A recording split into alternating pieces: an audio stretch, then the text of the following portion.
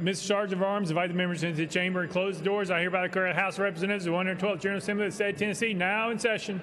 Next order, Mr. Clerk. Welcoming and honoring. Welcome and honoring. Anyone seeking recognition? Representative Reedy. Thank you, Mr. Speaker and members.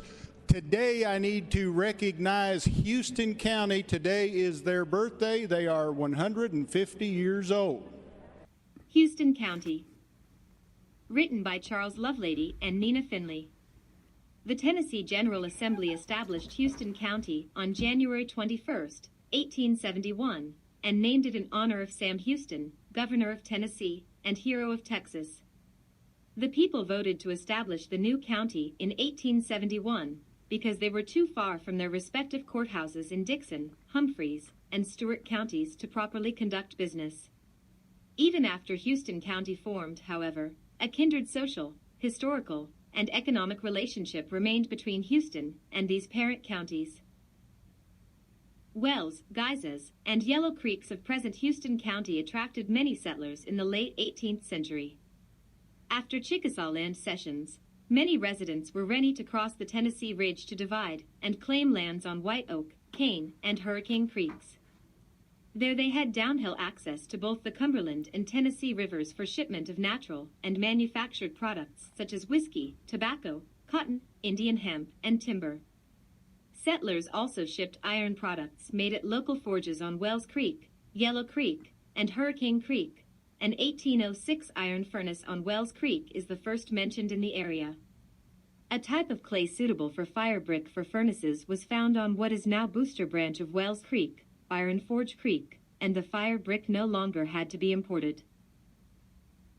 In the 1850s, the railroad came to Houston County. The Clarksville and Louisville Railroad Company, chartered in 1852, began the section from Guthrie to Paris, and the Memphis and Ohio Railroad Company, chartered 1852, began the section from Memphis to Paris.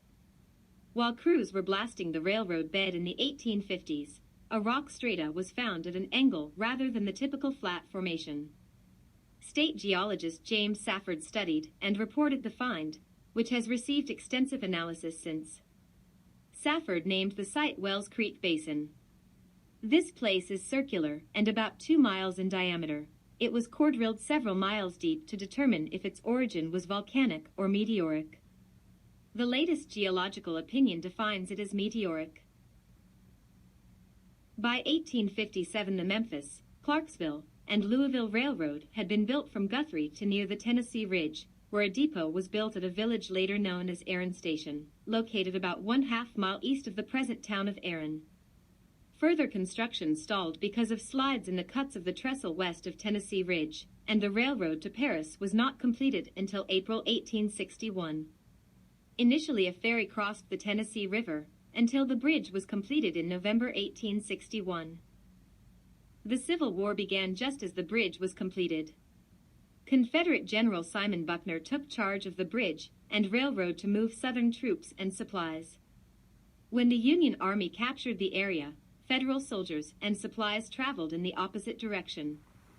In the course of the war, the bridge was damaged and rebuilt several times.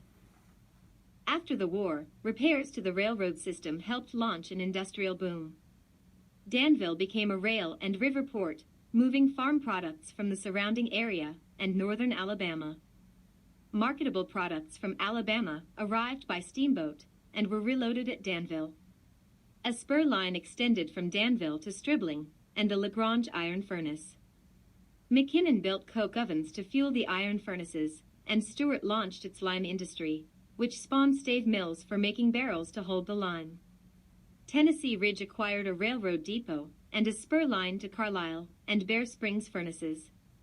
Aaron became a lime and timber manufacturing center, and Cumberland City, originally in Houston County, was a rail and river port for shipping farm products from the areas of Wells, Geysers, and Yellow Creeks. Arlington was the first seat of government in Houston County.